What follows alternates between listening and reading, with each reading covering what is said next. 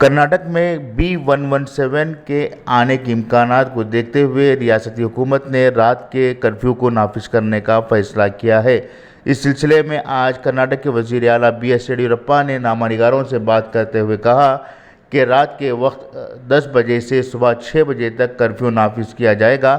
اس دوران سوائے ایمرجنسی سواریوں کے کسی بھی طرح کی سواری کی آمد و رفت پر پابندی رہے گی۔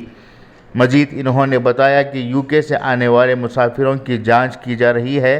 جتنے مسافر پچھلے مہینے 23 تاریخ سے اب تک کرناٹک آئے ہوئے ہیں ان کا پتہ لگا لیا گیا ہے اور ان کی طبی جانچ کی جا رہی ہے۔ اب تک کسی بھی مسافر میں B117 کے نشانات نہیں پائے گئے ہیں۔ البتہ تمام مسافروں کو ہوم کوارنٹائن میں رہنے کی ہدایت دی گئی ہے۔ اسی دوران کرناٹک کے ریاستی وزیر برائے صحت عامہ ڈاکٹر سدھاکر نے بتایا کہ ریاست میں اب تک صرف 2500 مسافر ہی UK سے آئے ہوئے ہیں۔